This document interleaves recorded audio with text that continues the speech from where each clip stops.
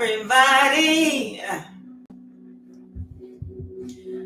I hope everybody had a most wonderful day.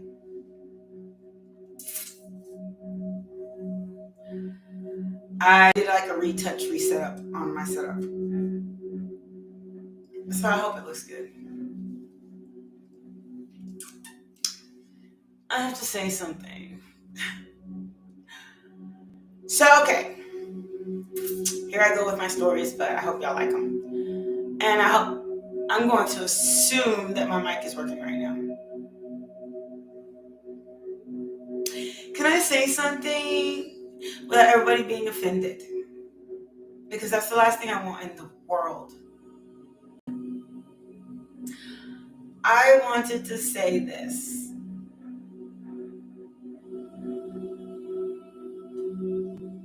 So the other day, well, a while back, I'm not gonna make it seem like it was more recent than it actually was.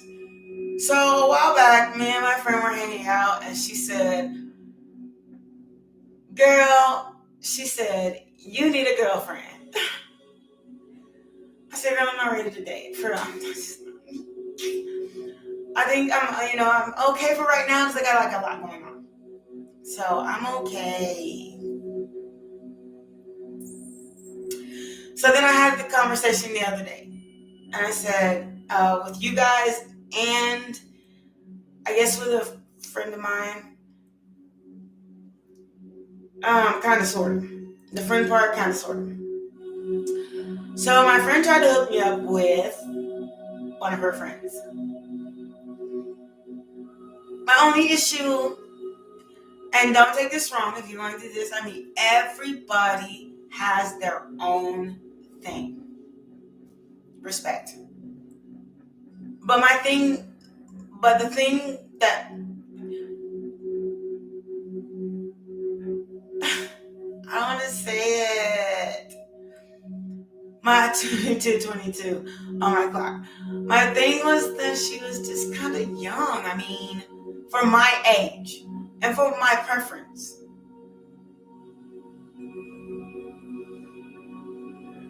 That was my thing.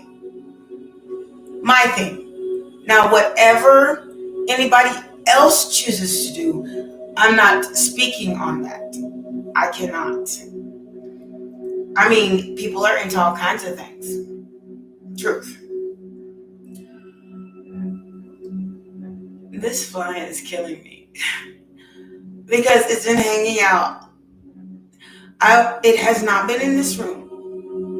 It came in this room with me. And I keep trying to get it to get out. And I don't like to kill things. I have, if I put a plate of food right here in front of my face, 322. Sorry, it just comes out because I see the zeros. And anyway, if I put a plate of food right here, it wouldn't even land on it. I have a cup of coffee right there. Now, usually flies just kind of, congregate on things to eat. It's not doing it. It's just flying in my face.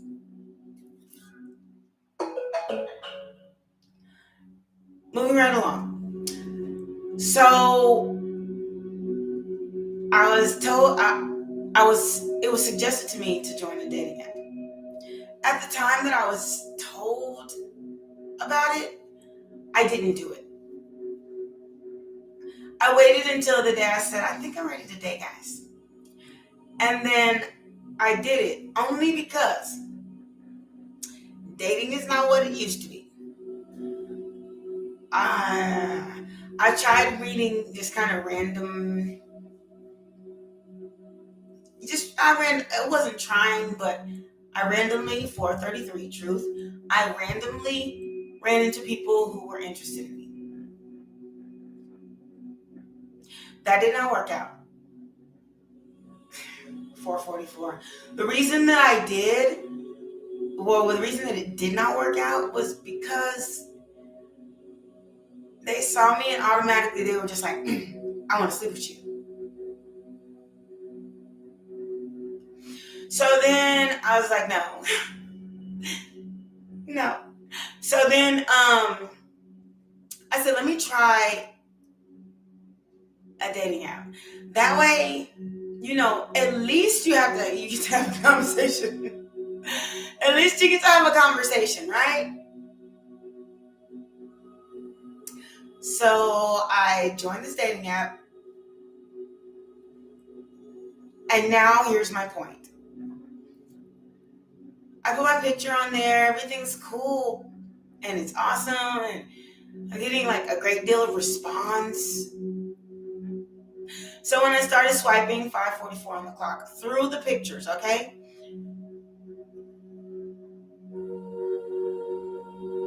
And let me say this first, and let me say the headline, and then I'll say what I thought. So 5:55. This is the headline of what the premise of this video is. Please think about this. Consider putting out into the universe what you want to attract.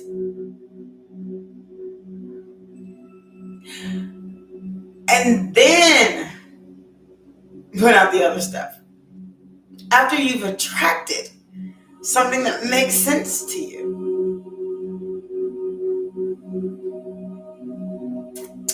This fly. So this is the thing. Now let me get back to what I was saying. I put out a certain image because I know what I'm trying to attract. What I saw was a lot of, I want a long-term relationship, but the photos, 7:07 on the clock, suggested otherwise.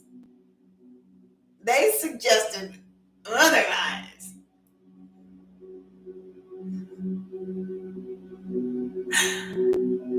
I'm not hating, but you can't show the goodies. Look at my goodies. And think that is a base. A base. What you put out on these dating apps is a base. They are literally looking at a photo of you, and at a photo point, they are deciding what the basis of who you are is. That is what you're putting out. Okay? So if you have long-term relationship placed on your profile as something you are interested in having, you want someone to get to know you. If you are, let me put it like, then you are what that photo is suggesting, 8:44. So if you want them to get to know you in a sexual way, then you put out a sexual photo. But don't expect it to be long term, because once you put it out in sexually, that is what they're going to want to get to know. That's what I was trying to say. Okay, thank you, Spirit. Because I didn't want to say it wrong. 9:19 on the clock. I don't want to say it wrong. So, that is what I'm trying, that's the premise of what I need to address with you ladies and gentlemen right now. Okay. If you put out a photo, if you are like to travel and you want to get to know someone and, you like to do things, then suggest that in a photo, because that is what your photo is, what they're looking at when it comes to you. They don't know you from Adam or Eve. They're trying to get to know based on this photo, they're deciding what part of you they want to get to know. What you putting out there is what they're going to base, oh snap, what they're basing their decision on. So if you're putting out sexual photos or sexual connotations, then that's what you're going to get.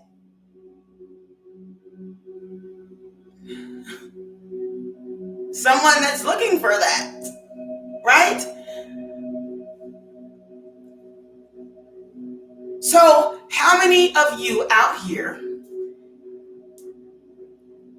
want to actually, like, literally consider this? If you're putting a sexual photo out in an app, then they say, oh, what they're thinking, what goes in from the eyes to the brain is they fine, they this, that does, but also, I wonder what we could get on, okay? That rub hands like Birdman type situation. However, 11:44 on the clock, if you put out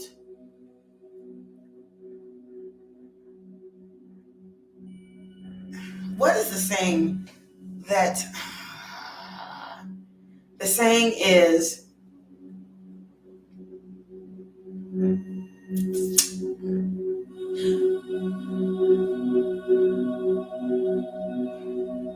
leave stuff to the imagination.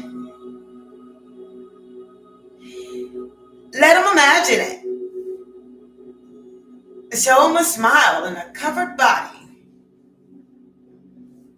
Somewhere cute you went. If you're looking for a friend to do fun things with. Otherwise, you end up in a relationship that you never leave the bed.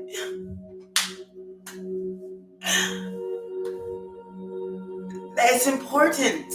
These things are important in finding adventure, laugh, laughter and all the stuff that people imagine in their relationship. If you put out a photo of yourself, for example, let's scoot the sex to the side. If you put out a photo of yourself in a business suit, I say it like that, people are going to want to know what you do.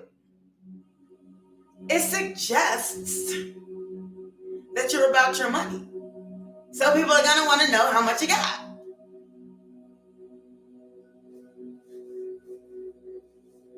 It's not going to say, I want a working woman. Let them find out. Let them ask you. And then once you get answers and they get answers, then you can talk about what you do. 1344.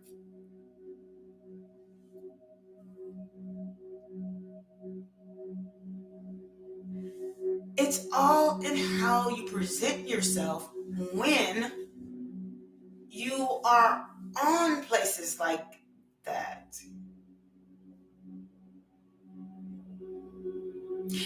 I don't even answer everybody.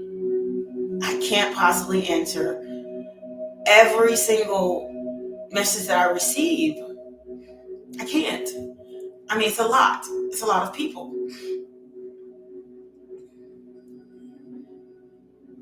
But the idea is that I put out a certain image. I also am attracted to a person that puts out a certain image. I'd rather see you in glasses with a book. But that is who I am.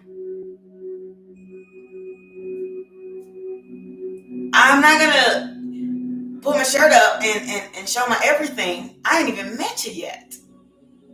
Unless that's what I'm after. You feel me?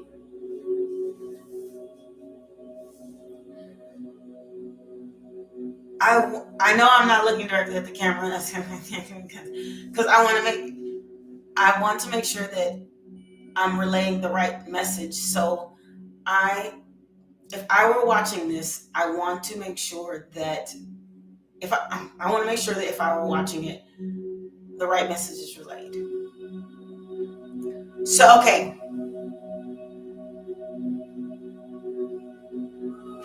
Be careful with that. You want to portray out here in the world. I mean, because there's so many people out here, and minds are a powerful thing. And they can make anything out of something that you think is nothing. Oh, it's nothing. I can do it like this. Just as, even though these ladies are putting out these very sexually suggestive photos, they have long-term relationship listed.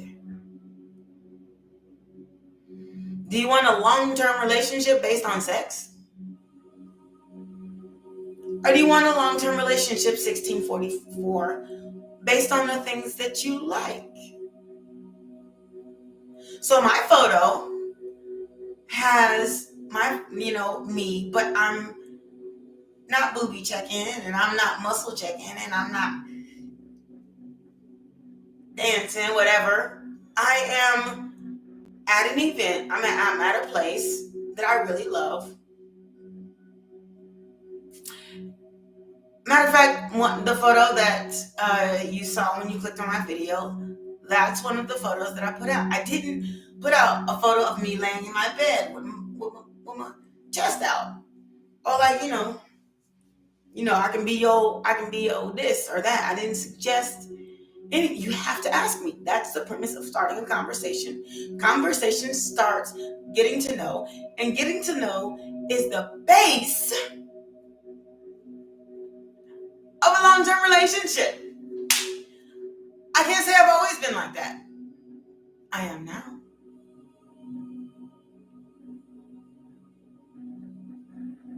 I don't think I was ever like that where I put out like explicit photos, but I don't have no problem coming up to a lady and being like, hey,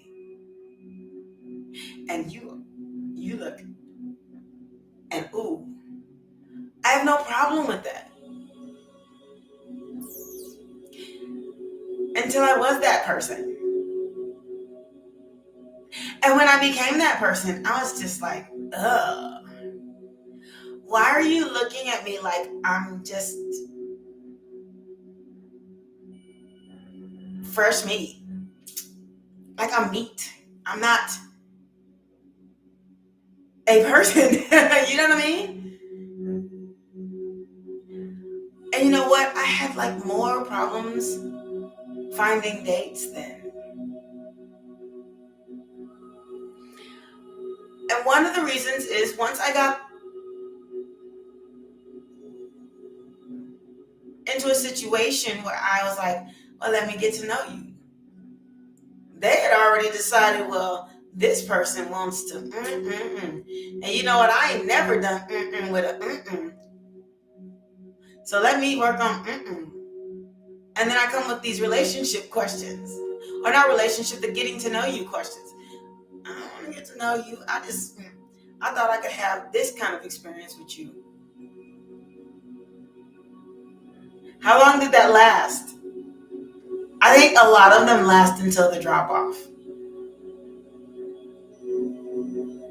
Because I was putting out that kind of behavior.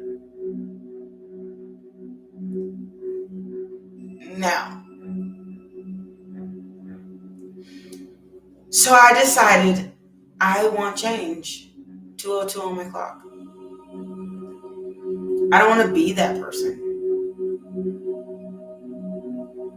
That person was thought to be a player, non-committal, not serious, somebody that had plenty. And I still have I get my book gets judged by its cover, or a cover is made for me. So I still get the people now that come up to me like, all you need is a piece of me. A piece of you? I'm sorry, is this steak?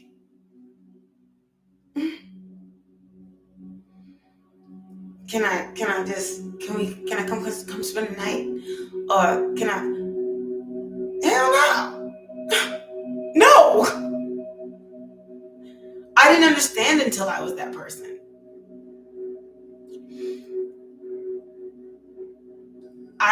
I saw both sides of that spectrum, and I realized I'm just better off being myself, me. What part of me was more comfortable? And this part of me is so comfortable saying no that I'm looking for a person that deserves that. Yes, of course. Let's go out on a date. Let's have this conversation. Let's get to know each other.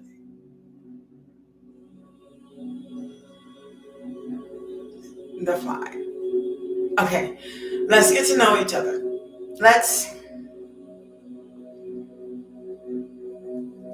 A perfect example. You remember Lady and the Tramp? Somebody mentioned this in one of my readings, and it really kind of made me think about that. The lady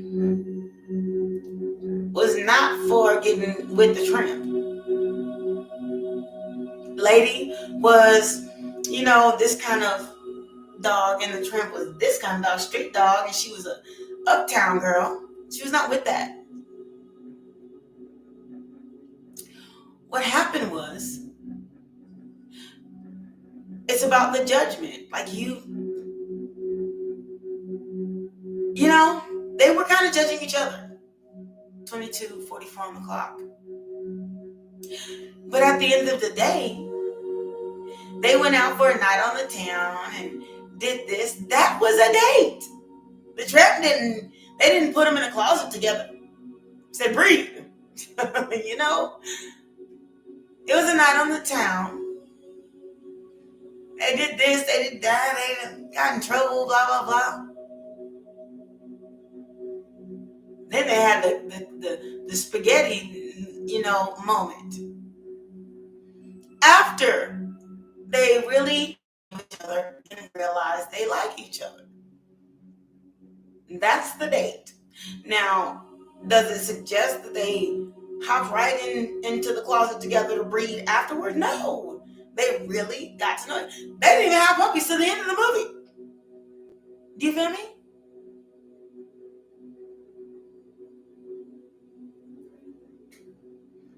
A silly analogy, but a fun analogy, as well as put out what you want to attract. Want somebody to get to know you? Let them get to know your face. Make them ask questions so they can get to know your brain.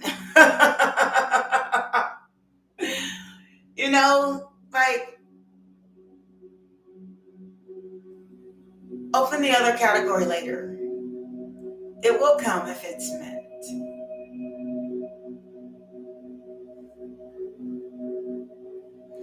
You don't want to be, and this doesn't work for everybody because a lot of different things keep different people together.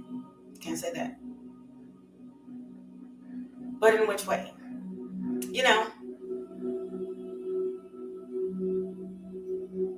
Some people can do both. I can't. Some relationships can go through both.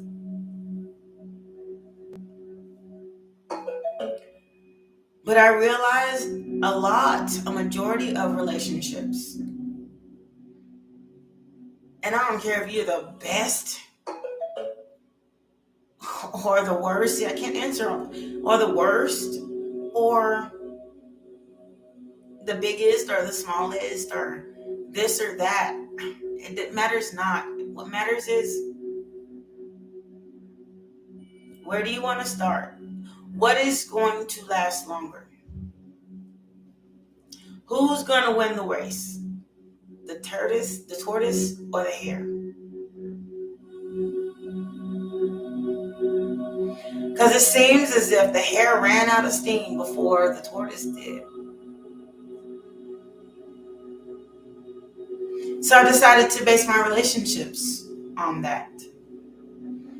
I don't want to take it so dang on slow. In 3 years, we still ain't, But I do want to take the time to know I'm doing the right thing. To feel I'm doing the right thing. To know that I will do the right thing by this person. You don't want to be the right stuff with the wrong thing. You know what I'm saying? So I guess that's what I wanted to share with you guys. I'm having an experience, and of course I share with you through my experiences. It's fun. I'm having an experience. It's enlightening. It's flattering. It also has yeah. Let me tell you something else. Okay, I'm not done. Okay, look. I've also had this experience. The only reason I feel this way is because I did this the other way, and now I want it this way. 27 on the clock. This is the truth, baby. So, okay. So this is the thing. I somehow, when I talk to somebody, here recently, of course, we went from having a conversation. I think it lasted about 5 little, 6 little bubbles. Her and I back and forth.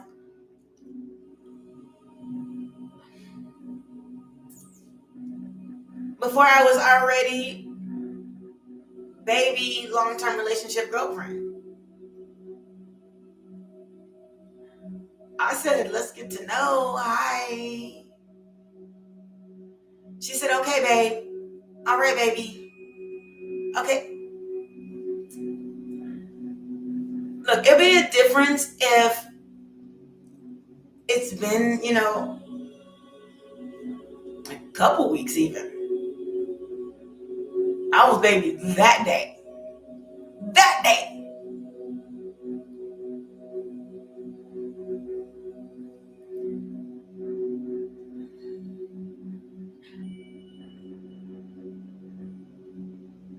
Now, let me... How do I say this without offending, please? Because I'm a Saggy, it comes out so like Twix. Community.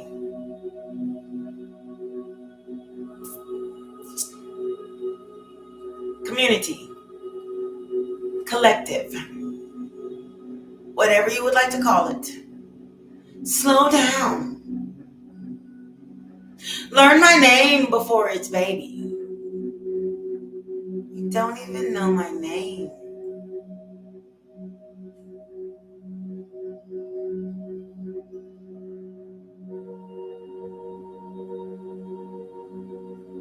Call me right after you get out. Call me right then and this. Oh, you gotta go to the bathroom. Oh, you have to take a shower. Call me right when you get out of the shower. Text me right when you get out of the shower. It wasn't a call. That hasn't even happened yet. I had to step away from that. Not because I'm non-committal, but because the dynamic that it's already at, you can tell it's just going to become smothering. Or if I had to go out and get up and use the restroom, baby, where you going?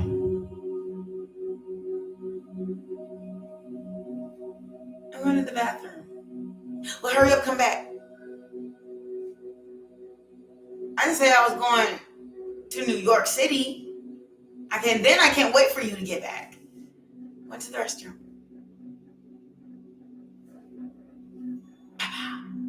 Like, take your time. Because what is meant for you will never pass you by. Be careful what you put out in the universe, because you're going to get that. You will. If you put out long term, you'll get long term. If you put out one night, you'll get one night. Baby, for tonight. If you put out 6 months, you'll get 6 months.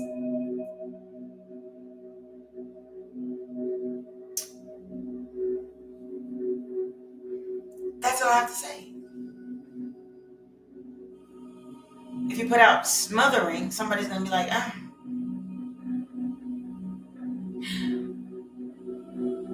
I know, because I was that person. I've done that. Well, I'm so just infatuated. I just couldn't wait to see that person again.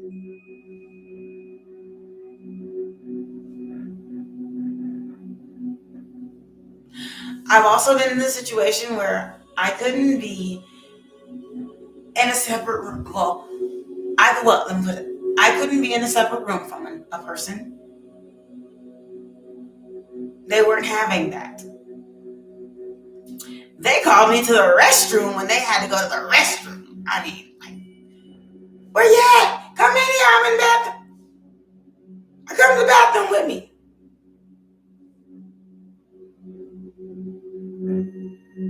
Not that it's a problem. I mean, come on. In any normal situation. I mean, come on. Seriously. But not like, I gotta go to the bathroom, baby. Come on. I'm going to the kitchen. Come on. These are 4 walls. How is it? And then when we went out for a nice time, it was hello, Apollo, Grand Rising.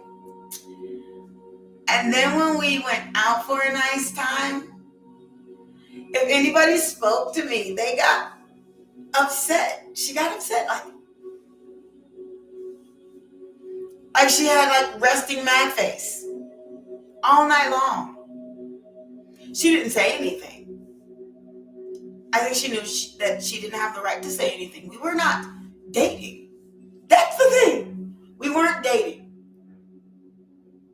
But I was still called to come to the bathroom with me.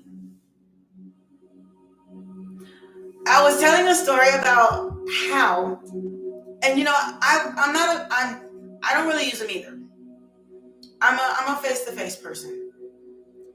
But I chose this direction because lately I've been getting that face-to-face.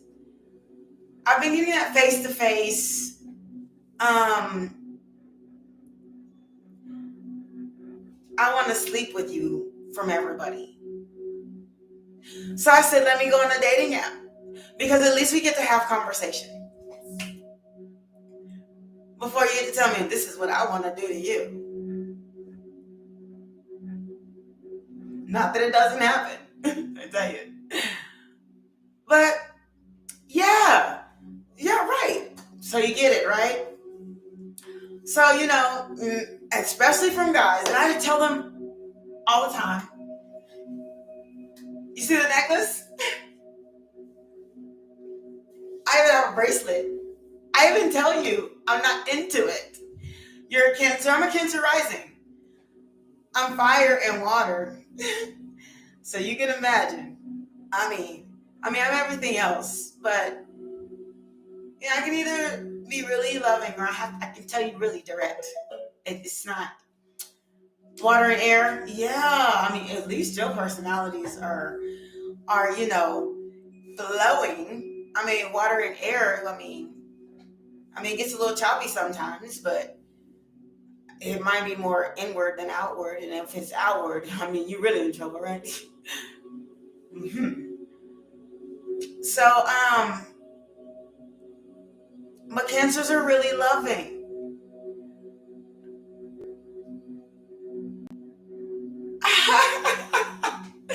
Thank you. I'm working on it. Cancers are really loving. I really like cancers, but that's like maybe it's because that's the inner me. My rising is Cancer, so I mean, you get a lot of fire, but I'm really super loving. But that I guess that was the premise of my story. Is that people can be really funny when you meet them face to face, like especially men. I have to tell them, I'm not inclined to be with men. They take that very personally. I don't understand how they can take it personally if I just met them. So it's not like I've been sleeping with them. I did this, I did that. It's just, I'm sorry, pop-ups killing me. My friend is trying to reach me right now.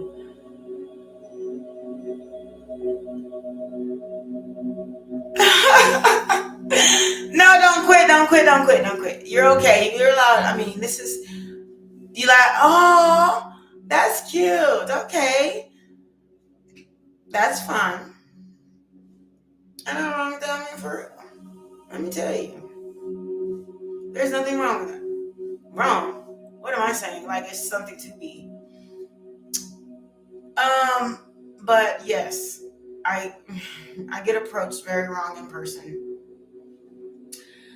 And so I decided to try the dating app. Okay. Um, and when I did that, I guess my suggestion is put out on the app what you want to attract. If you put out things with the sexual connotation, that is exactly what you will attract. Do not put out stuff with sexual connotation and tell somebody you want a long-term relationship. That's one time. That's a one night stand pick, but you want something else. That's what I was saying. I was just sharing my experience on this app, so you can tell I'm not very. I don't use them. I'm an in-person person. But somebody suggested that I did, so I did because I got irritated with the in-person because it became a whole different thing. And nowadays with COVID, it's not like you can just. Not that COVID is what it used to be, but it's not. It's not the same going out anymore. Like used to be, everybody went out, and everybody, different people who were looking for different things and different type of relationships went out. Now, if you're now, what I find is people who go out are prowling. They're mostly the single ones. The couple ones, they'll be like, you can tell because they're with their significant other, whatever, whatnot. But the single ones are prowling. Not all of them. I don't want to put that on everybody. But in my experience, the ones that have come up to me. So, okay. I guess that's my point. Is that be careful with that, what you put out. If you like to travel, you want a companion, you want somebody, put out that vibe. If you show up in a business suit, they're not going to want to know who you are. They're going to want to know what you do. You see what I'm saying? If you show up with that sexy stuff, they're gonna want to know what it's like. You have to be mindful.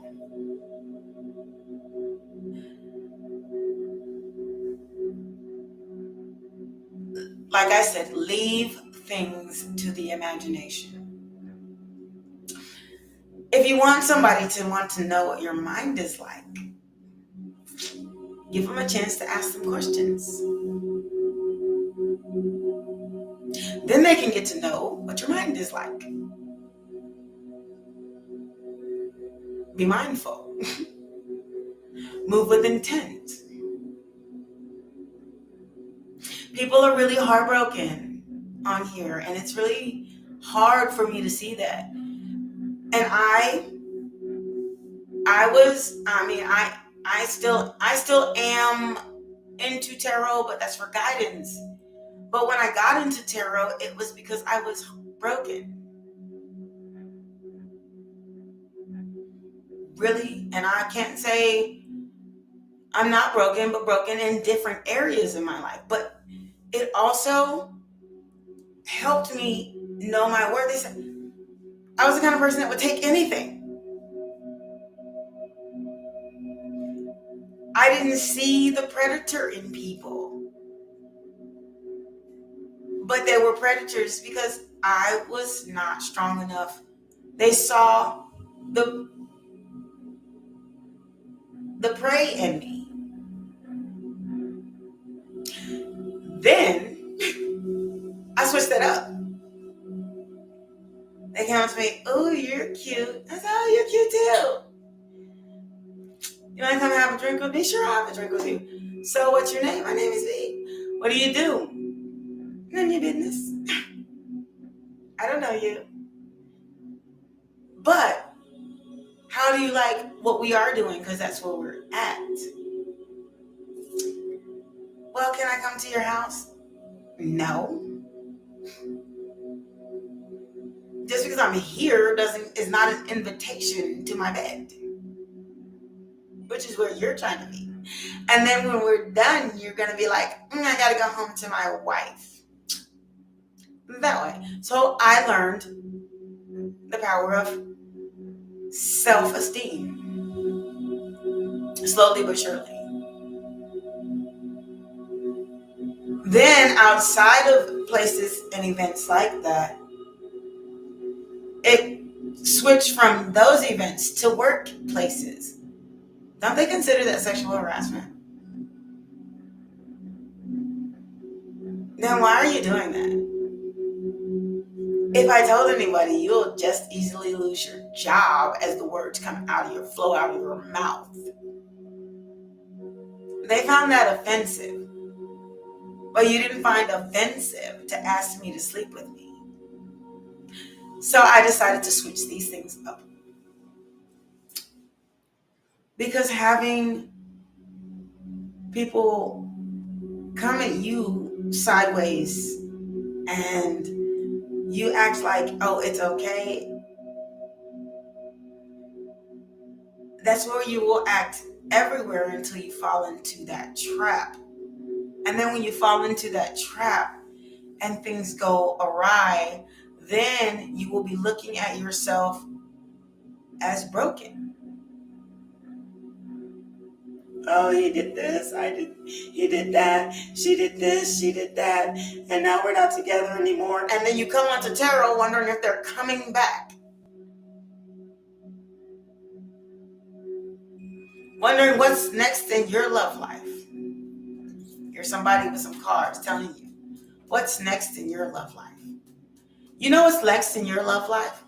Loving yourself.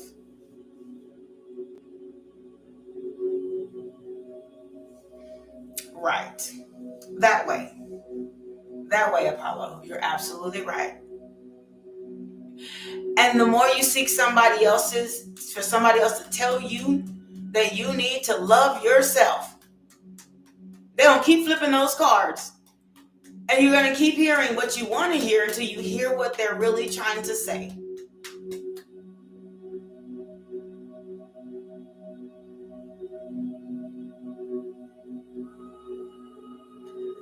Yes, no one gets the purpose of these cards. The purpose of them flipping these cards is for you to know to love yourself. Don't look for the answer in which you want to hear. Look at the fact that they're telling you, look what you're looking for. You're looking for someone else to love you. You're looking for either A, that person to come back, or B, a replacement. But you're going to get the same thing. Until you learn that those cards are talking about you. They're telling you. They're telling you about you. They're telling you the headlines. What do people think about you? But what do you think about you? What are you allowing people to think about you?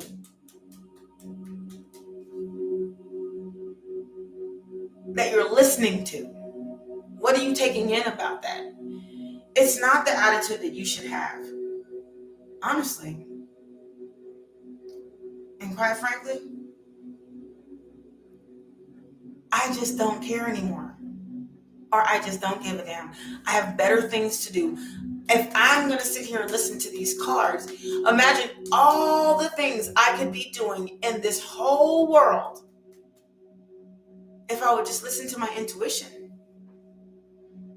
And my intuition says, ooh, the new movie is out today. Maybe I should go see it. 46:46 on my clock. The truth.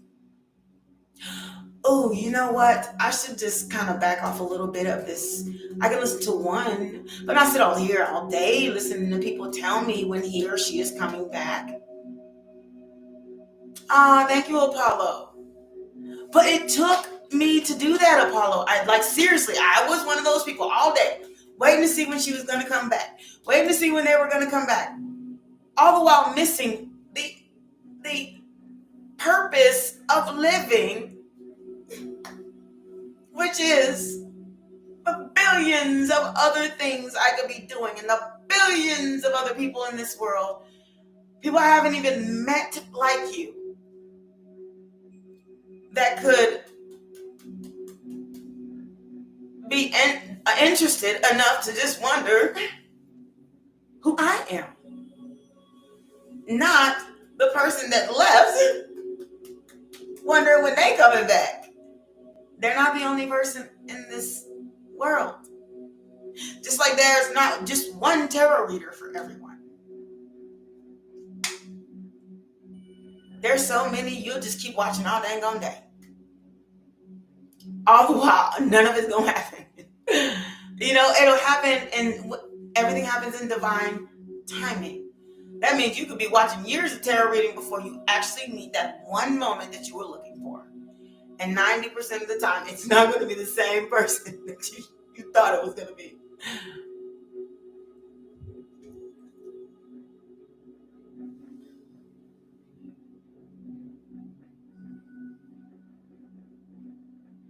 Exactly, Apollo.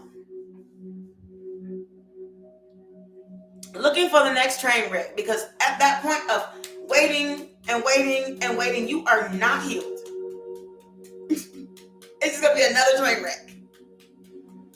Waiting to see who can fill the void in your life, the boredom, the being out of place, out of peace, because you can't be by yourself.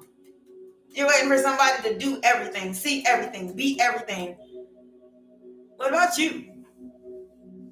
You're going to put so much pressure on this one person to fill this void. But what about you?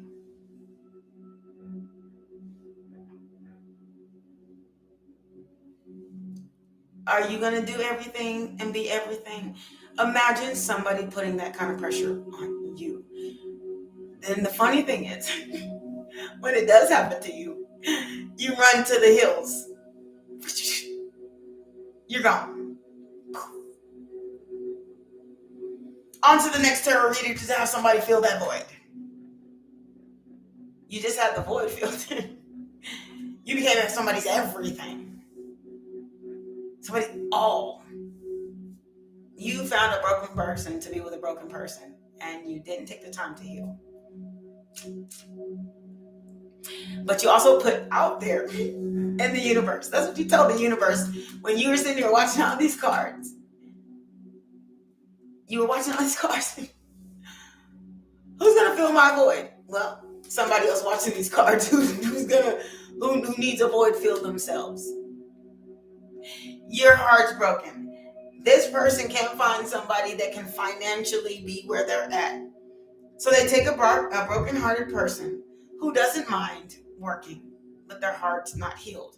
This person's heart's healed. So you have this person, this healed person who is financially stable, but there's something going on with them finding this and that in someone else. And then there's this person who's brokenhearted, and there's something going on with them finding that mending in someone else. And then you bring two unhealed people into one space. Now you're financially stable, but the broken pieces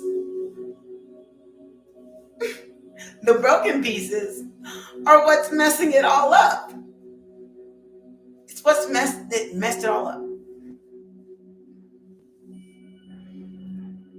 Yeah, you found somebody to fill that broken heart void, but this person that needs finances is not looking for heart. And this person is looking for heart. It's not what the person that needs finances is looking for. If that makes any sense.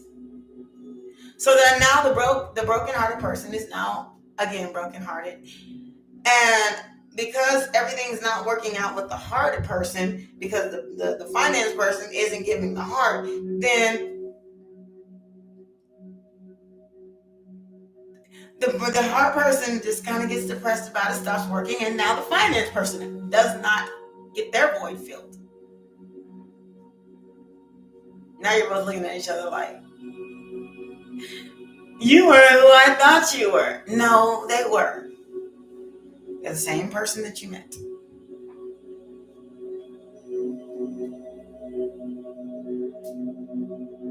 That's it. There's nothing wrong with either one of them. There's nothing wrong. It's just that you have to mend your heart so that is not what you base a relationship on.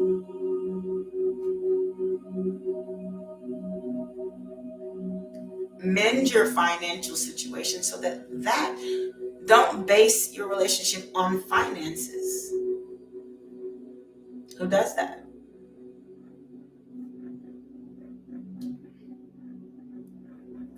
You have to mend this broken, mend that broken. And you may not be able to find it with each other because by that time, y'all are broken up and everything's messed up. Sometimes they do get back together. But then they separate, let's say.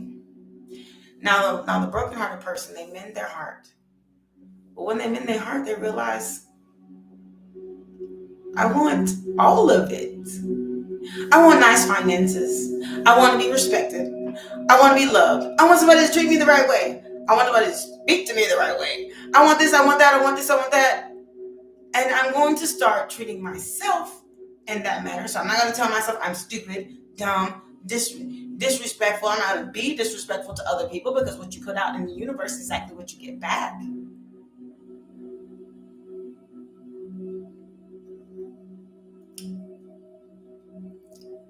I am going to have my own finances because that's how I'm going to take care of myself. See how that switched up? It's not, I work because this guy wants finances. I know I'm a hard worker. No. I work because how am I going to take care of myself without this person? That is a whole person. When I put on my pants, one leg at a time, they're my pants. They're my legs. He's not going to come over here and,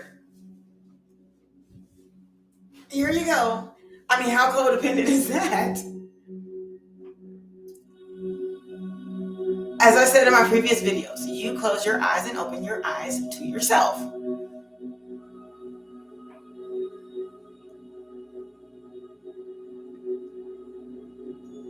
Thank you. You know what? That is the first verification I've gotten that spirits gave me that name. A way long time ago. When I first started tarot in 2019. I started listening to tarot in 2018. I first started reading my own in 2019. I did okay. Thank you so much. Thank you so much. And it pleases me. I so appreciate you. But I want to tell you that I'm highly grateful for that because it took me so long. I mean, do you know what the Ace of Wands is? And trust me, I was that. I was that.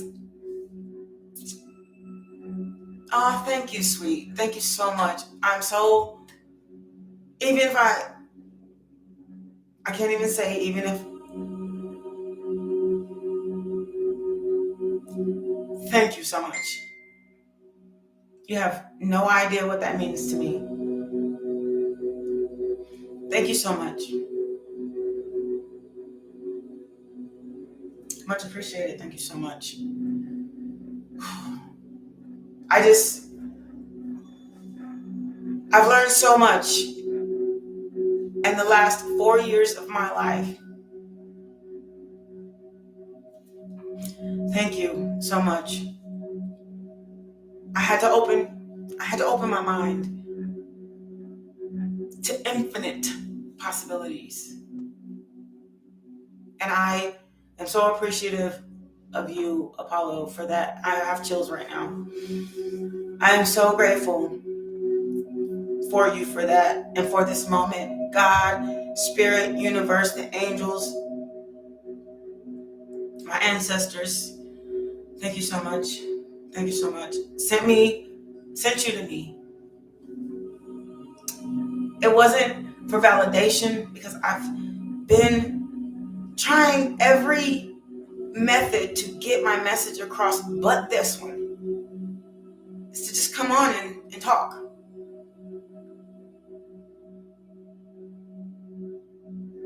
But I think that if I would have done this sooner, I would not have had the knowledge, the ability to see the world.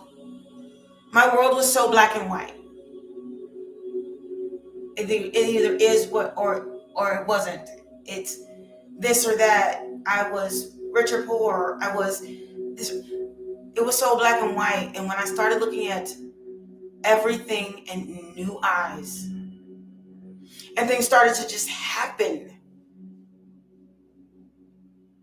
I was blind to the fact that it wasn't them. It was how I was seeing things. It was the veil that was over my eyes. These are my Two of Swords.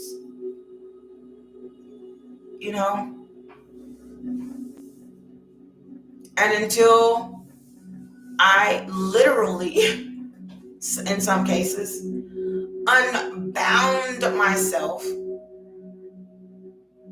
laid my swords down, uncovered my eyes, and looked at my entire and everybody's entirety with compassion, that I realized I wasn't whole. I looked to them, not at them. And then I got mad about it. I had to catch myself and say, honestly, it's just because you didn't say no. Or honestly, you looked at them to fill your hole. In all different spectrums of what that may mean. please step away for a minute. For as long as you need. I greatly appreciate you coming through, Apollo. If you don't come back, namaste. Thank you very much. Feel free to subscribe. I try to come on at least once a day, every day, if not twice a day, every day. I'm trying to make it into, even if you're not here, if you click on this video and listen for a minute, it may just make sense to you, and I'm glad it did for you. And I appreciate you. Gratitude for your lovely compliments. So I'm just so happy that I started to look at all of this. I had to open my eyes and say, I cannot, how codependent was I? And all this childhood trauma. That's what they mean by that. Children are codependent, but they're also dependent. So as a child, you learn how to be dependent on what people say, what people think, how people make you feel, what to do about it, when to do about it. When things happen to you, the first place you go to is your mama, daddy, sister, brother, everybody. The first thing you do, you become dependent on someone else. But the point is, when you become an adult,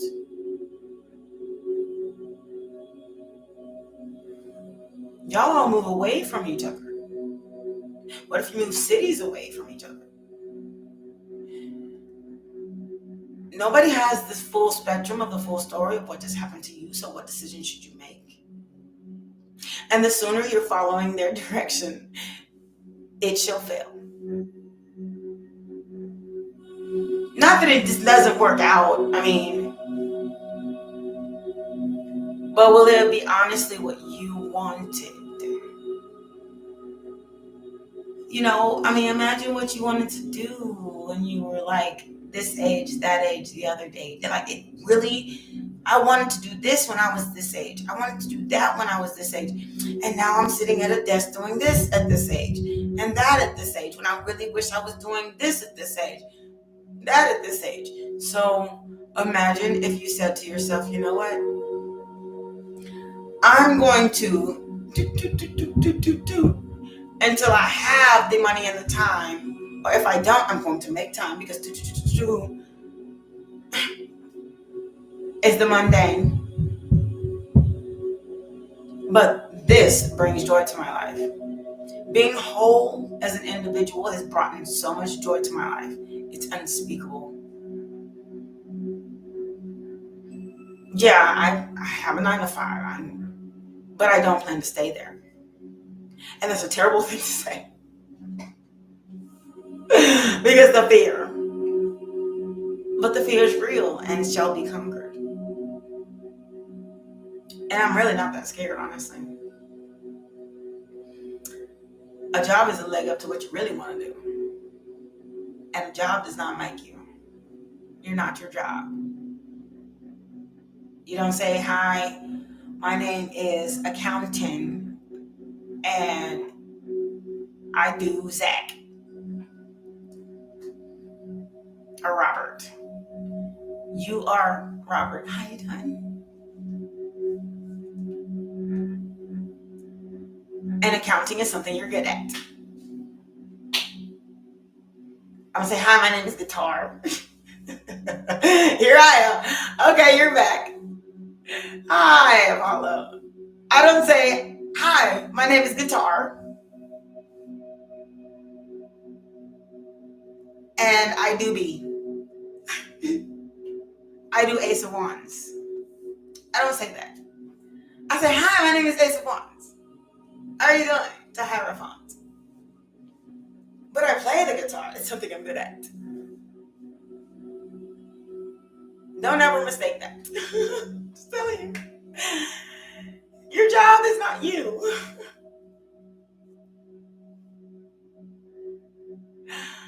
I did say guitar. There's my one of my babies. It's one of my first.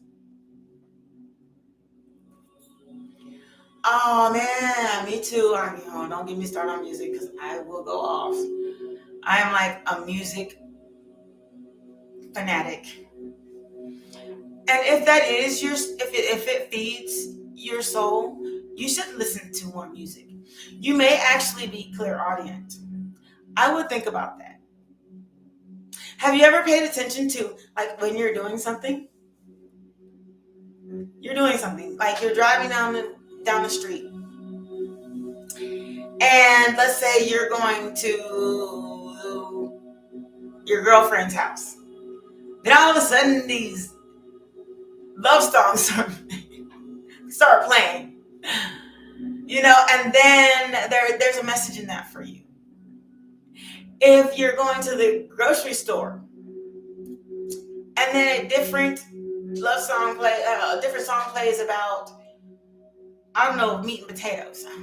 I don't know. I mean, that's kind of an example of how clairaudience works. Your spirit guides speak to you through music, or at least mine do. Don't let me get a check. I mean, they really started playing this money making music. Now, I mean, on the way to work, they really speak to you through your experiences. When you're not in here listening to this, they really speaking to you. If like clairvoyance, I get all of my messages when I'm driving my car, whether the music is playing or not.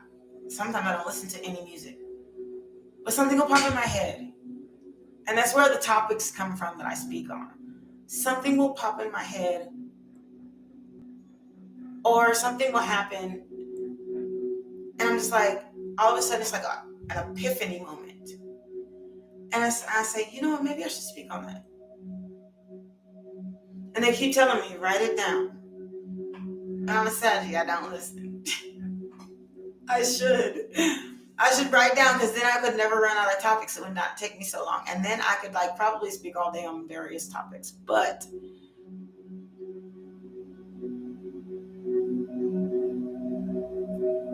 Apollo, from Athens, or Apollo, like the musical auditorium.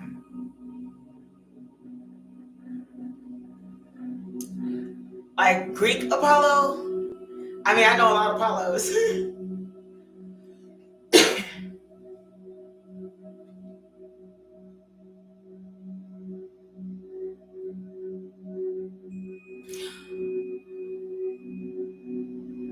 Oh, this one,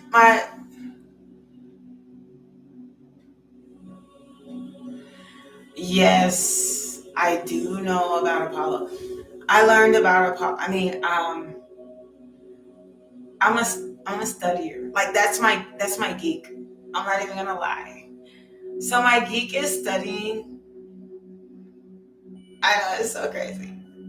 So I watch a show. Like, this is how it works. Oh my god, it's so stupid. I'm really admit this. It's not stupid. Let's see, that's that stuff like that.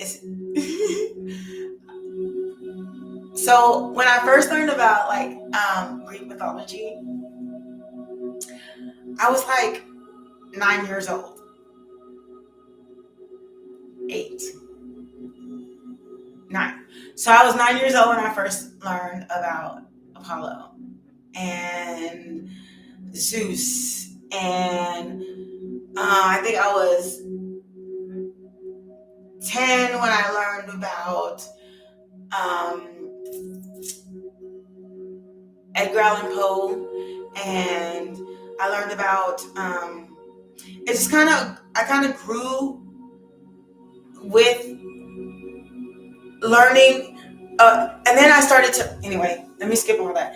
Then I started to look up things about them. At first I didn't understand what I was reading and I did, of course, but it was just something I was just doing. I didn't know how important it was for me to know these things today. That's why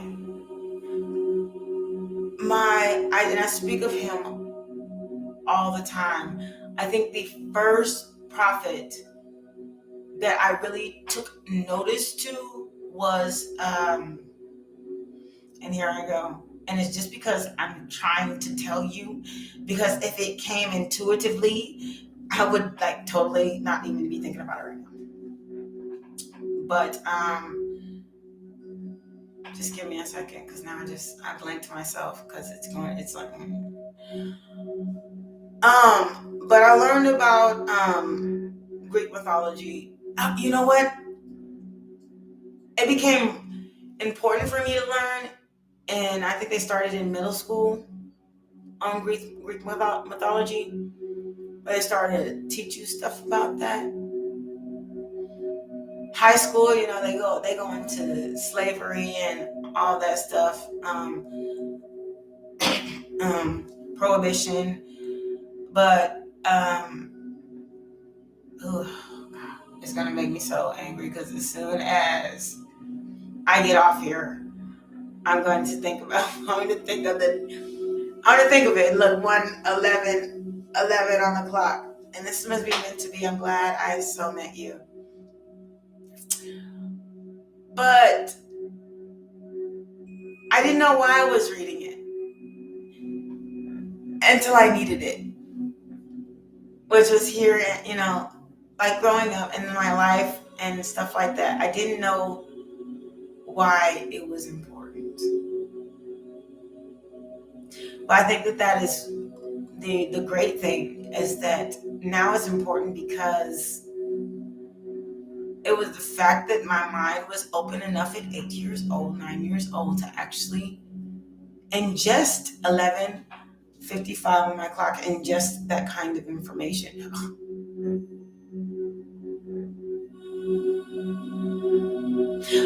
Now, you know, as I grew up, I became like an Animal Planet person, historical person, and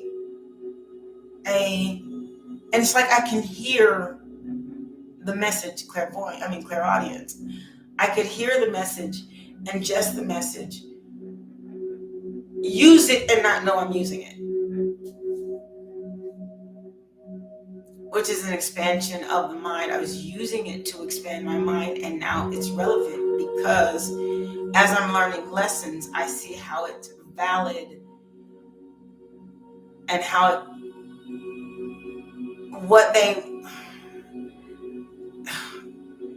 I see the message, and then I see how it's relevant in my life, and then I see how to use it, and then learn from it, my situations. And then when I'm in the process of learning from my situations, now I'm here today telling you about them, which is kind of the biggest gift of all.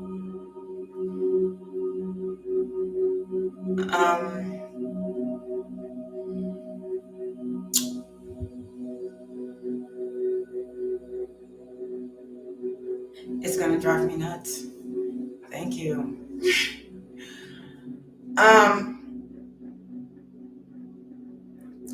I think that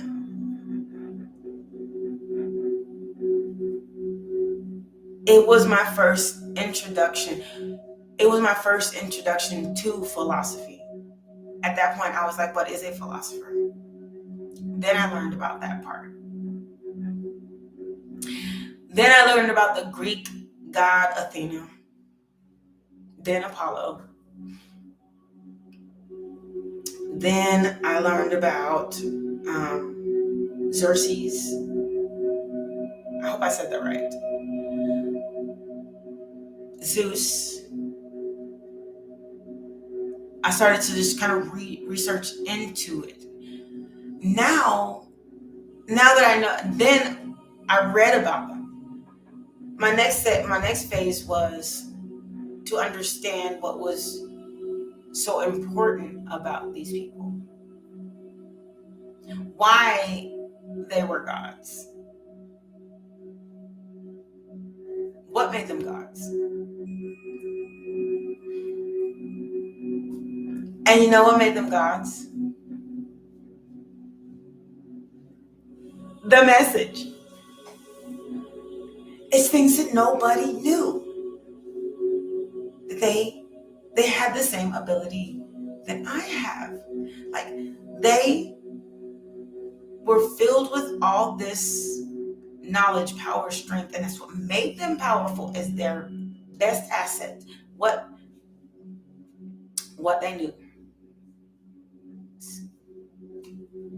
What they believed to be true.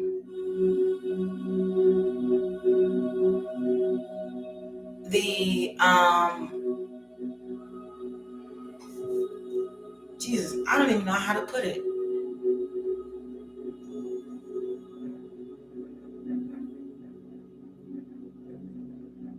But it's interesting. Now you have my brain spinning. And not a lot of people get to make me think like that.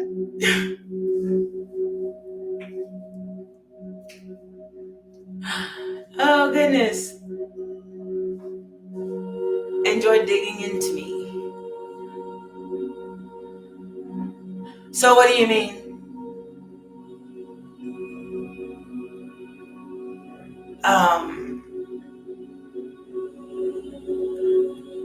I have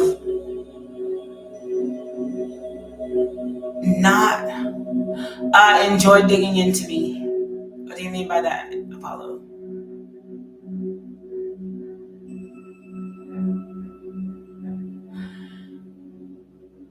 I haven't thought about it in a long time. And I haven't really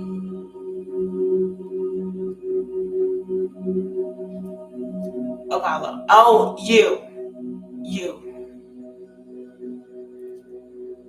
What do you mean about you and enjoying digging into you? What do you mean? Do you want me to read you? Or are you talking about the actual god Apollo and how you dig it?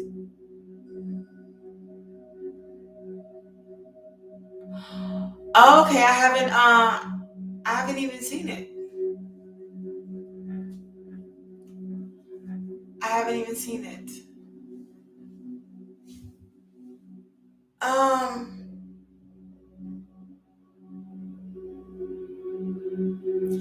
First of all,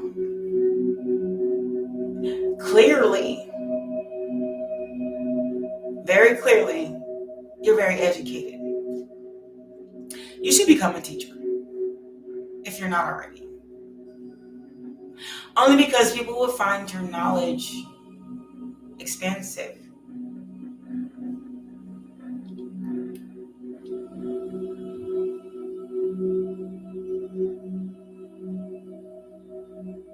Exactly. You probably have the ability to expand people's mind. Well, look at it this way. Well, look at it that way. Well, let me tell you, honey, you have a way of telling people something that just be like, oh, yeah, you're right.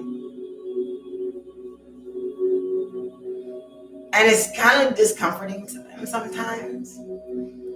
But in a comforting way, like, you probably don't see them do it, but they do exactly what you said that they should do. Or they listen to your advice, like they take your advice to heart. That way. Only because they see someone, you have to understand your power and ability. If someone comes to you for advice, which them coming to you for advice in the first place shows that they have enough respect for you to do so. That's what could be the teacher in you. People are going to listen. 1919.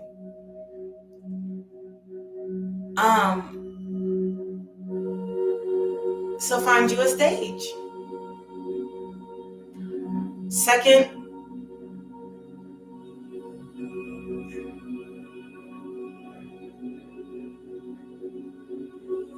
don't move laterally. Move forward in more ways than just your mind.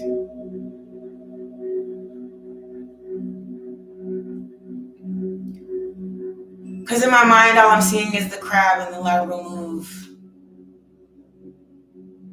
Nipping things in the bud.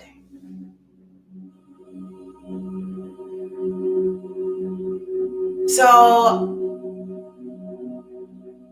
your greatest strength and your vertical move would be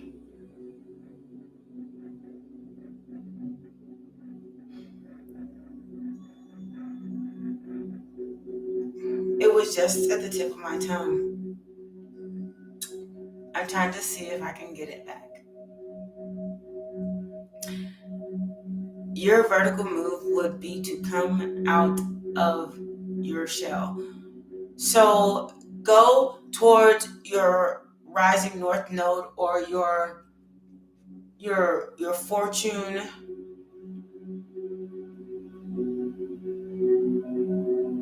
Go towards your rising, your north node or your fortune. Head towards your 10th or 11th house, 12th house.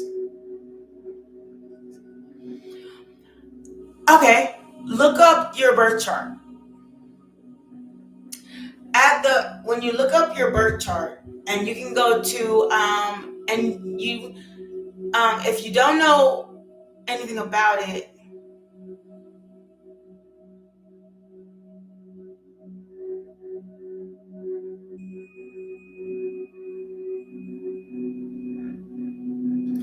okay.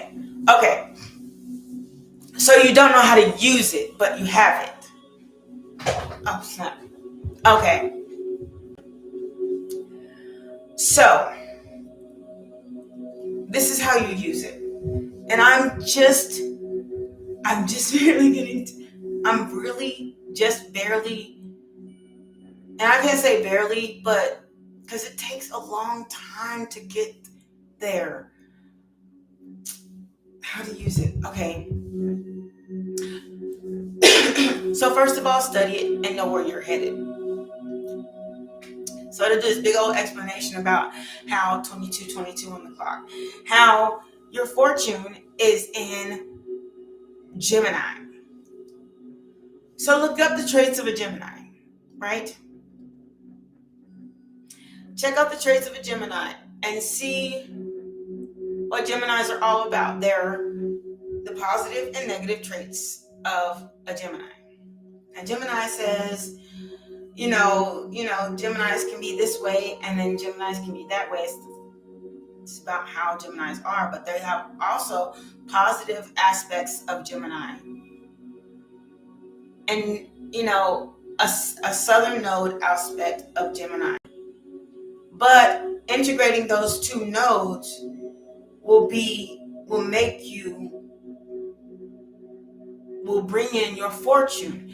Because you are a Cancer using Gemini, that part of you that is, I'm not saying you're a Gemini. I'm not exactly sure what your fortune is, or your rising sign, or your north node. But it's like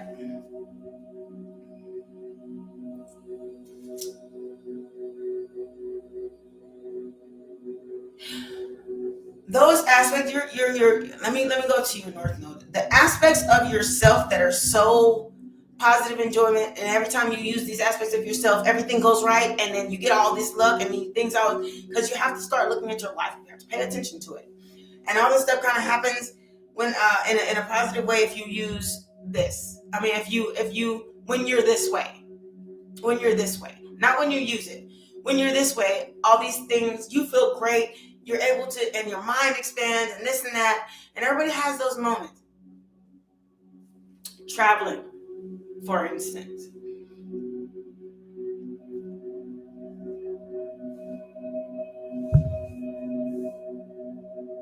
I'm a Sagittarius. I'm a traveler. I'm like a big one. Like I said, in my tropical, I have, I think 6 of my houses are in Sagittarius. But if you look at my placid, which is where you find out your north and south node, my north node is in Cancer. My Cancer is when I'm sitting in my home, where Cancers are usually most comfortable. They go out, yeah, and they're a hell of a lot of fun, and they're so sweet. But my Cancer in me is very loving, sweet, kind, versus Pisces. So Pisces, let me tell you about Pisces. Use your home, and Pisces are very creative. And that is what you should use. You should start looking towards. Find out that thing that you're really, really good at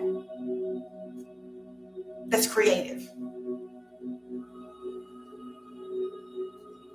In some way, at some point in time, that will, in some way, it will change your life. And always look to that.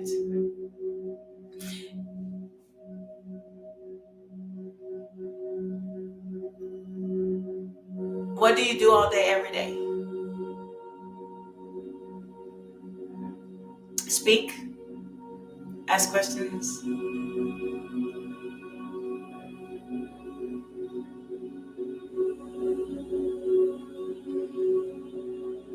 Have you ever tried writing a book?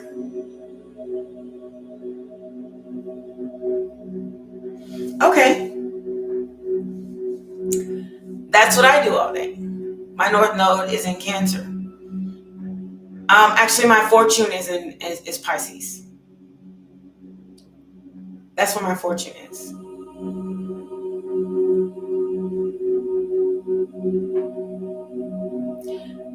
You're absolutely right. You're absolutely right. That's what I was trying to say about the teaching thing, though. If you know of Apollo, have you found a way to put that out into the universe other than this way? This is a Cancer trait right here. This is your Cancer trait. You are meant to be heard and seen, Pisces. You're meant to be heard and seen. My father's a Pisces.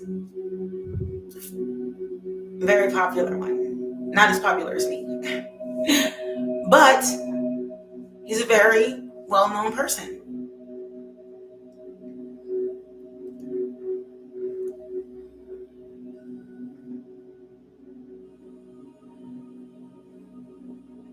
Okay, so if you feel like that is going to happen around your birthday,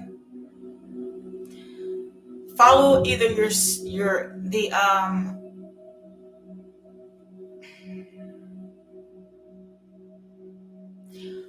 follow your North nodes.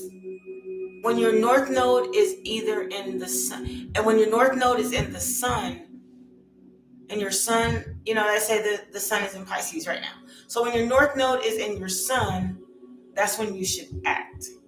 When your North node is in your moon, that's when you should manifest. That means write it down. Actually start putting something. Yes. So right now, your North node and your fortune, when they're in the sun, act on it. When they're in the moon, manifest it. So start doing things towards it. Whenever you start to do things towards it, and then it's ready to shine. Then it's ready to shine when it's in your sun. That way.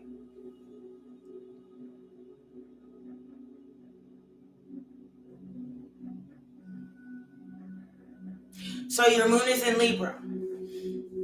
So Libra is the house of. They're very intuitive, very stubborn. I'm saying my mother's a Libra, but a Libra is very focused and fixed. Okay, that is the part that when it's in Libra, focus and fixate yourself on what, make a dream journal, focus and fixate on what you think that, how to implement it. Then when the sun is in Pisces, when the sun is in Pisces or the sun is in Cancer, implement it. When the moon is in Cancer, be at peace. Be in your environment, whatever makes you at peace. Be around loving energy. I promise you it will help you to, and whatever you're thinking of when you're in that environment, those are your direct manifestations, because Cancers are very family oriented, but they're also lovers. They're very loving, kind, and sweet. They also they can snip you with those little don't mess with us, okay, that way. But that environment that is loving, that loving environment, whatever that feeling is that you get, that put that into what you're trying to do. The moon sign, everything that is hidden within you, that's the moon. That's your hidden blessings, stuff that people don't always see. See what I'm saying? So use that Cancer and then that Libra moon, and then Libra is also the house of family. It's the house of home environment, your house. So get that, when the moon is in Libra, get your stuff together, get your priorities straight, write down all the things that you want to manifest. Go and use it. Eventually you'll be able to use it. When you hear that your whenever you hear that the sun is in either one of your fortune, your north node, if your sun is in that's when you use that as far as home, house, business, this, that, and the other. Now, if your sun is in, let's say your Venus, your Venus sign, the sun's in your Venus sign, that's a good time to manifest a relationship. When the moon is in the Venus sign, it's going to be pretty hard to manifest a relationship. Or when Saturn's in Venus, is in your Venus sign, it's really hard to manifest a relationship. Because those are just kind of like, the moon is just kind of like the behind and the underneath. Venus and Gemini. Okay. So, and then whatever your relationships are, I don't know if you have those like back and forth relationships. Like sometimes you just don't know. You have 6 retrogrades. I had more retrogrades than that this year. But a lot of, you know what? Honestly, we're all going through like some major retrogrades this year. And probably have a few years to come. And the reason is, and the retrograde is not as bad, it's not always as bad as you think, 33:44 on the clock. Retrogrades, they describe it as people coming back from the past, okay? Retrogrades can also be things that are happening in your life that may go a little backwards, but it's for you to learn so you can move forward. It's like you made a mistake. You know you made a mistake. You really being hard on yourself, and then God comes and whoop you behind too. That's a retrograde. That's all it is. I ain't gonna swing that belt forever. That's a long, long time. But retrogrades are a real good time to learn, because we learn through experience. Good ones, but don't forget the challenging ones. Retrogrades are not always bad. It's just going to be a challenge. Something is that's challenging you is going to come to the forefront. It's not going to be something in the back of your, oh man, I know Christmas is coming, and me and my mom does not get along. I mean, if you don't get along, we don't get along. It's a retrograde when she's around. That kind of thing. She's coming back from where she belongs, where she lives. I know. And we don't really get along. Or, you know, all of a sudden she's calling on the phone and she's like, you're just like, not only is it a tower moment, but it's a retrograde, okay? Because she's coming back from where she's at. But it's that kind of thing. For example, or an ex. Or you go back to a job that's just like your last one. These are learning experiences. That's what a retrograde is. The time that you learn. It's like going, okay, I got to step retrograde back to elementary school so that I can ascend. You cannot ascend if you don't learn, where are you going? Where are you ascending to? I guess you just right where you're supposed to be. If your Venus is in Gemini, study the Gemini traits because the Venus is your sex house.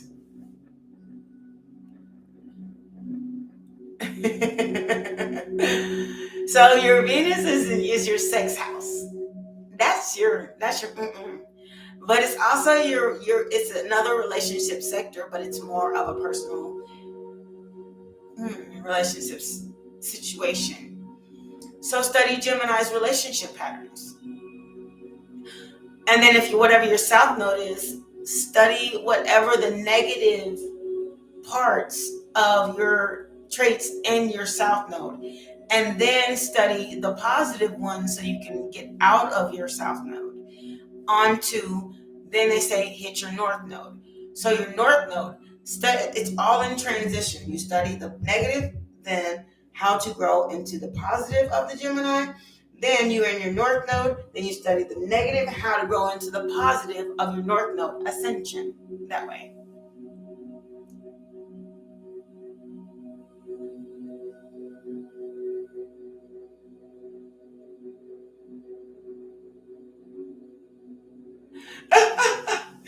I know. Raise your vibration. Oh, yeah, definitely. Okay, I'm so stupid. Sorry, Saggy. Okay, so raise your vibration. Let me tell you what that means. Did you know that there's all kinds of different vibrations?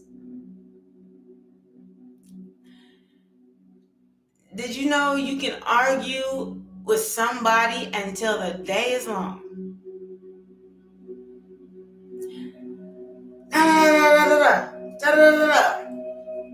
It is not until you tell that person, I am not arguing with you. Get thee on, goodbye. And you think that that's negative? But the fact that you don't have to go back there to that situation, or you're not going to act like this, get the heck on. And you may be angry when you say that. And you may feel bad when you do that. But that is a raise in vibration from the anger and the frustration and the this and the that and the this and the that you experience when you're with that person. But when you tell them to get the heck on, that is a raise of vibration because now you're at peace in your own home. Or you don't have to be around that person. Or, oh my God, I cannot wait till and then next time they call you, be like, I'm kind of busy right now. Raising vibration.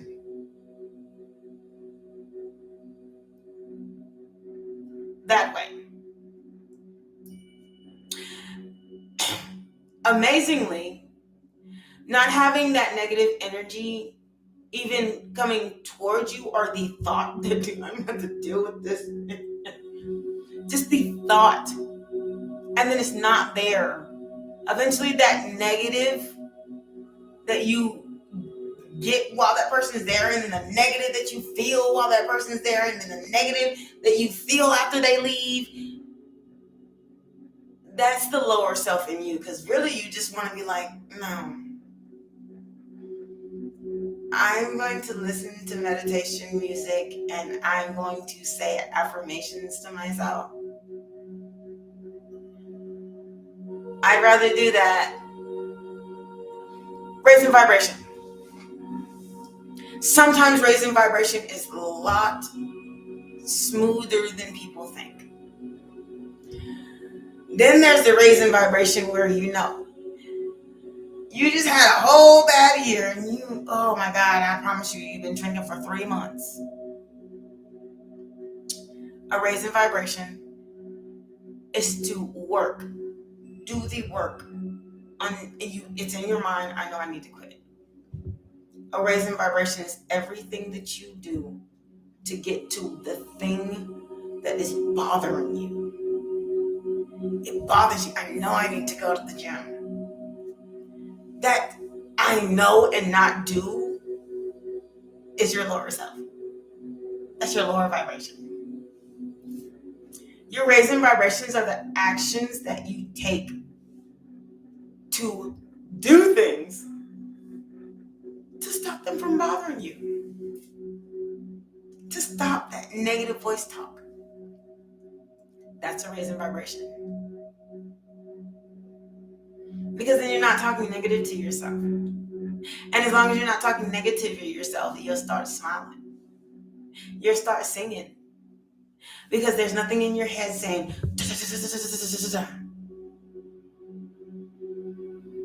that's a raising vibration. And the more you start sweeping stuff out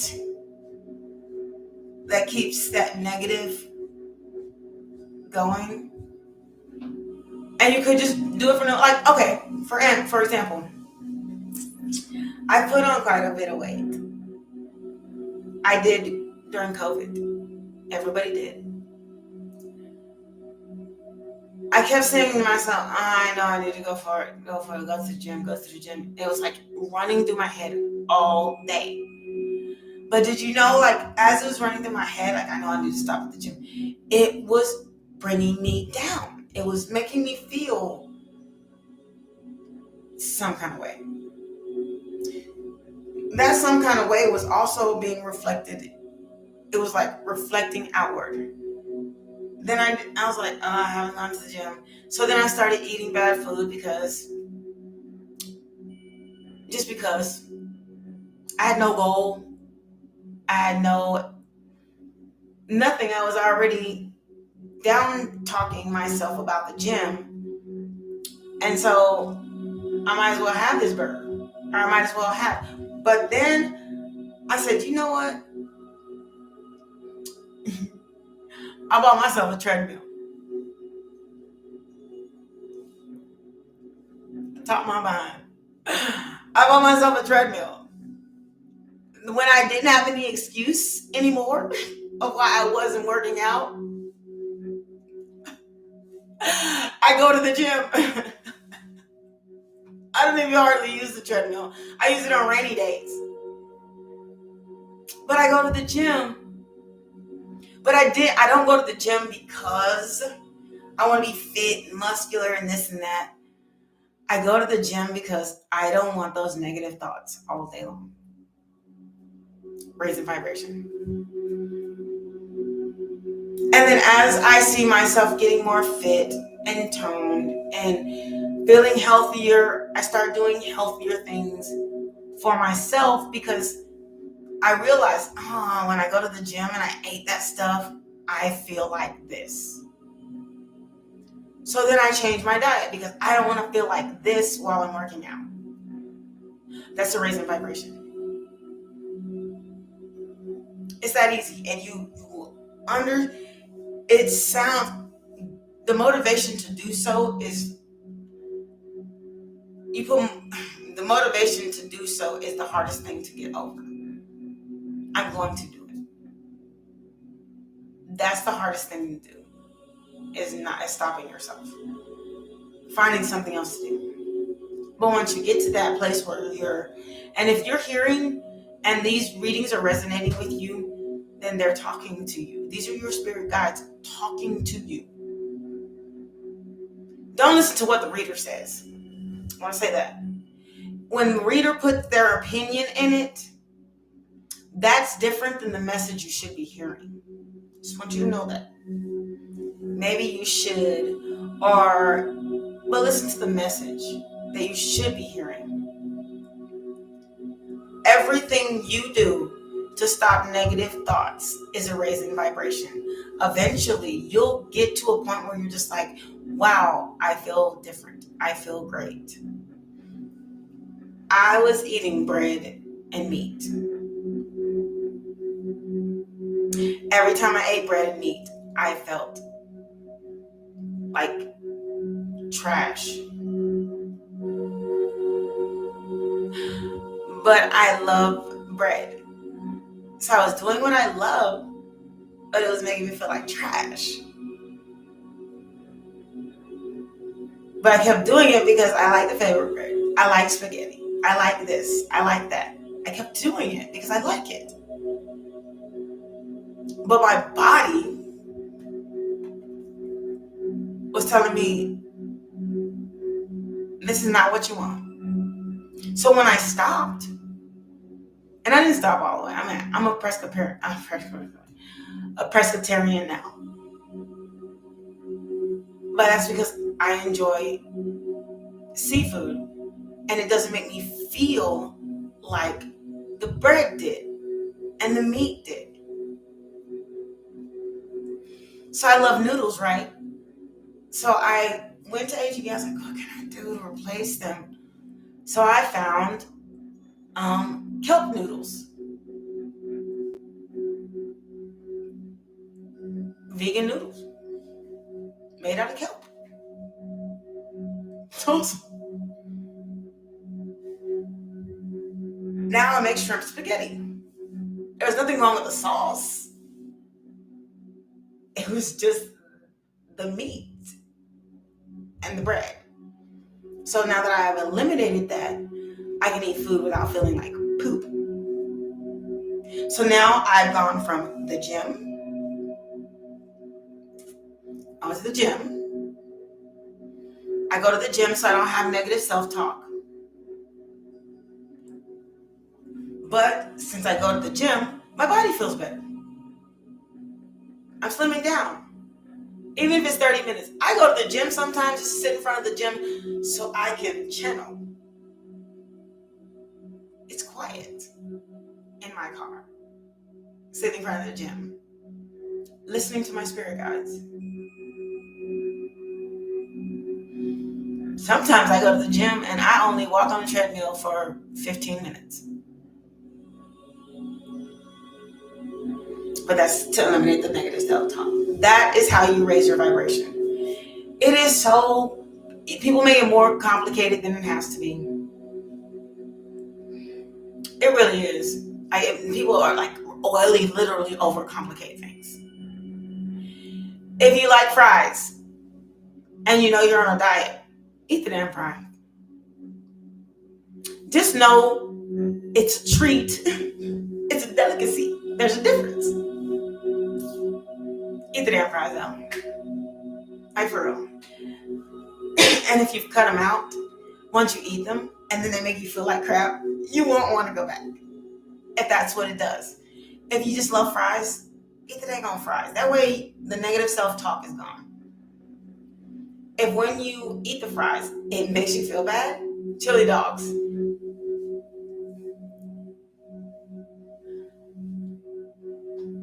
Just do it. The reason why,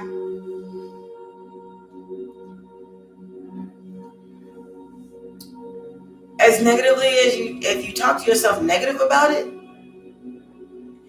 you know you want the chili and how long would you have mulled that over in your head about the dang on chili fries? The chili dog and fries. How long, but think about it. How long would you have mulled it over in your head? I wish I would have had chili dog and fries. I have a taste for chili dog and fries. For like 2 or 3 days. You were either gonna do one or two things. Stop by a Dairy Queen or whatever, Sonic, whatever you have where you live. And got you some chili and fries. Or you make them at your house. Eventually you were gonna do it. So you might as well get it on out the way. But make it a delicacy and not a way of life. That's the difference. Because you don't want to.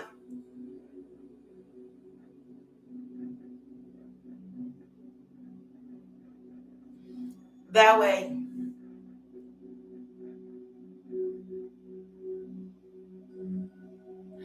Yeah, exactly. I can't. It's hard for me to find dinner mates because I'm a pescatarian. Not everybody wants to eat fish every night. I don't mind. I love fish. But let me say a secret. I sneak myself. My biggest one. Okay, this is cliche. Fried chicken, ribs, and my biggest one, burgers.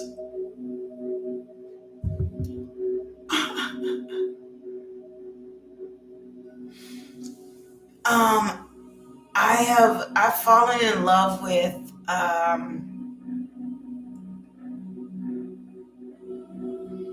first of all,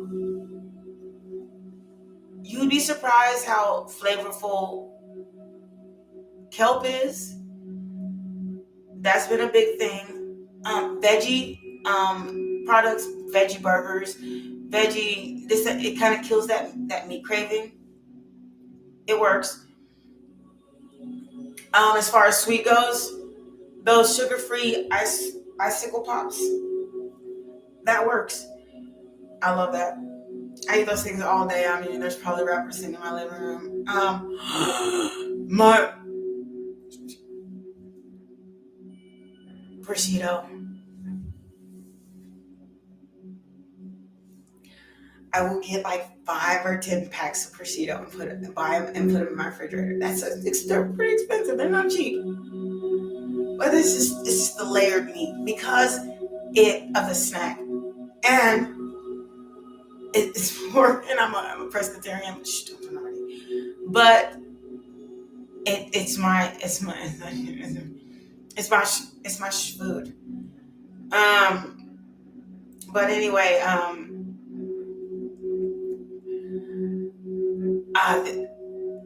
oysters and I mean like oysters just by itself, just raw. I mean not raw oyster, but smoked oysters just by itself. I'll eat it out the can, and I'll put it in my food. Oh man, so I have such a weird. I'm so weird. Oh my god, I'm so weird. Those little fish,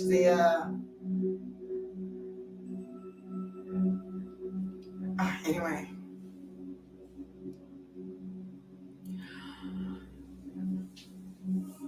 Okay, you're in Tabasco? Okay, so I'm gonna tell you a secret. You know the Chinese chili sauce? I heard sriracha? And then the little hot peppers. I mean the little ones. I graduated, yes, sriracha. And then the little chili peppers. I graduated from jalapenos. Yeah, red rooster sauce. And trust me, I have like 4 hot sauces in my cabinet right now as backup. It's terrible. It's terrible. And then when your stomach burns in the middle of the night, you're like,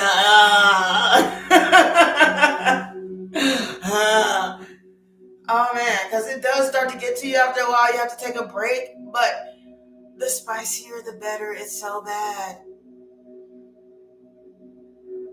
Oh man. But I'll literally eat it so hot that I'm bad. I'm bad about that. Habanero,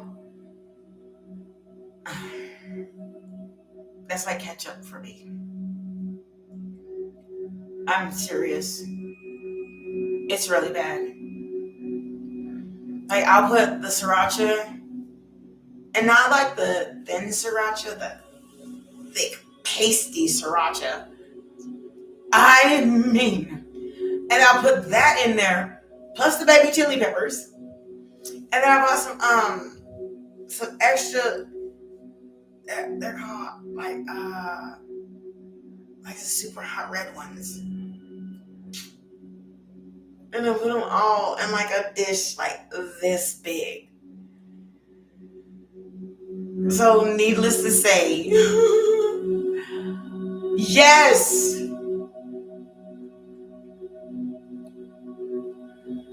I would get up and show you, but I'm live right now. It's bad. I think I have more chili pepper type foods. Do you know those giant green hot peppers? You find them in like more of like Latin shops. The giant green hot peppers. When I first tried, that was the end of jalapenos for me. Yes, it might be that's might be what they're called, because I just get them. I didn't either, but when I tried them in a meal, they I think they cooked the spice out of it. So I bought them because I like the taste. They are the BziB. They're the bomb. Like seriously, and it's spicier than when it's cooked. Because they know how to cook it to feed it to everybody, and it can't be as spicy. When you cook it in your food, it brings like the perfect amount of green spice to it. And then, not to mention, I put the sriracha, and then I put the chili peppers. I think there's more hot than there is food. I just want to say that. I put a new name to hot food.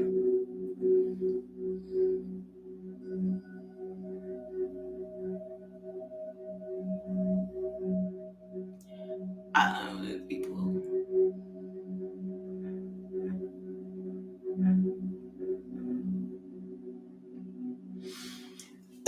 Look, I agree. You know what? Okay, you know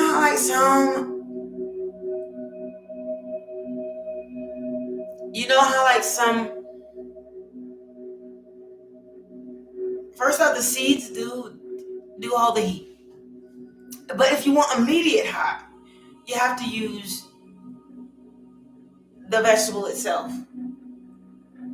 But if you want lasting hot, you'll have to cook the seed. But it has to soak first. It takes a minute for the seed to get it hot.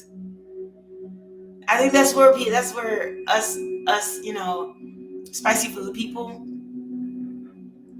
And then it's the seed that sits in the stomach that makes the ulcers. I just want to say that.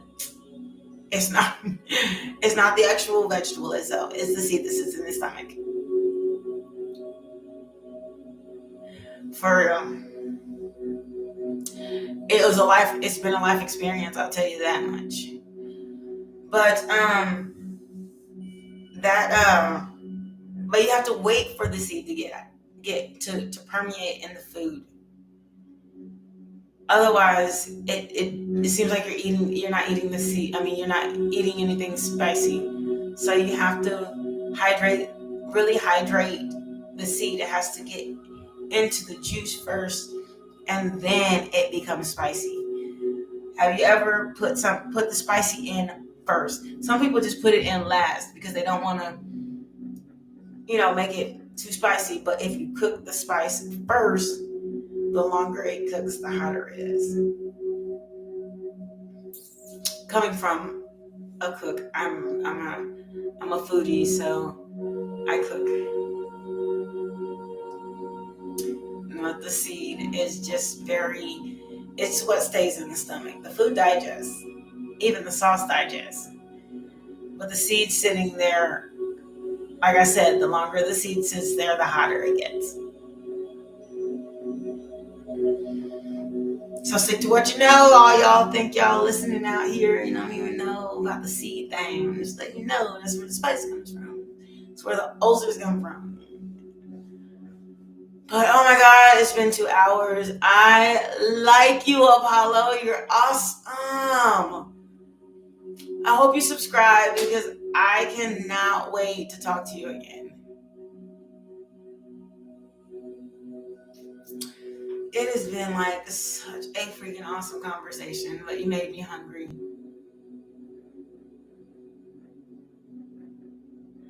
Thank you. Thank you for subscribing. I appreciate you.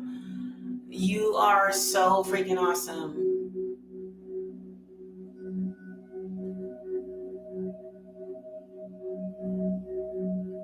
Thank you for liking it. And no, you've been a blessing. There's no mistakes in that. I appreciate you so much. Make sure you comment so I don't know, maybe I'll send you my email. I do have an email listed, I think, in my description box. So if you'd like to email me, feel free to email me. It would be fun. Yes, because you're so much fun. I mean, I completely I left my guided messages to talk about hot, spicy food with you. It's so awesome. Maybe that was guided as well. I know you were guided to me. I've enjoyed it. It's been so much fun. And I appreciate you so much. It made me feel so much better about the direction that I'm headed and my name. Because at first I was like, after a year or two, I was like, maybe I should change it. Maybe that sounds so flighty. But then the Hierophant man, it's like going from knowing nothing to just eyes wide open.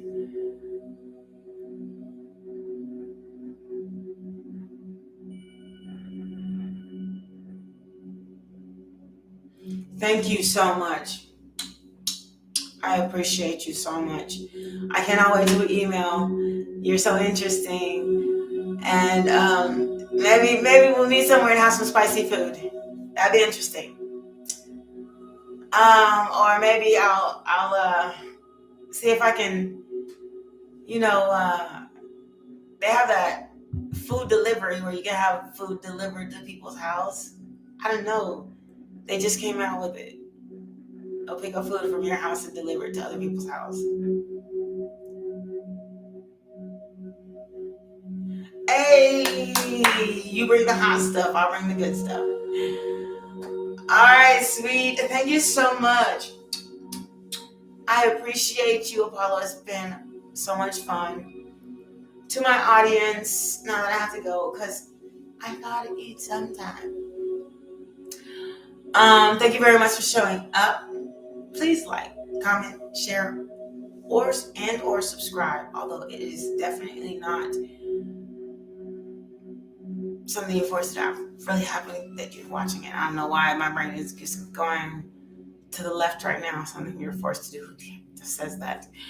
You don't have to, because I'm just enjoying being here with you, exploring and sharing knowledge. If you'd like to donate, my Cash App is down below. Although it is not required. I love it. Awesome. I will check my email and we will definitely continue our conversation. I also have a Google Chat, so maybe we'll use it. As well. All right, bye, sweet. As well, thank everybody. If you've watched this, I really appreciate you. It's been so much fun. Maybe next time I'll do a Q&A because this was so much fun too. And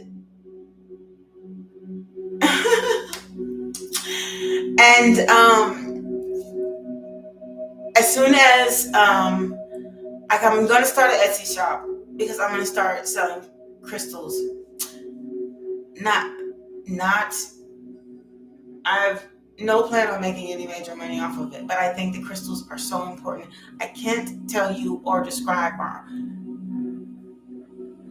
enforce, and I mean this, how important they are to protection, to healing, to enlightenment, to open up your mind, body, and soul, to attracting, to manifesting. Treat your crystals well. I do tarot cards, not often, but I do. And I have some decks that I'm kind of really interested in sharing with you guys. If you'd like to have some, I will be buying quite a few of them to share with you, so I will ship them to you. Otherwise, for now, thank you so much for coming. I enjoyed myself. I hope you enjoyed my messages.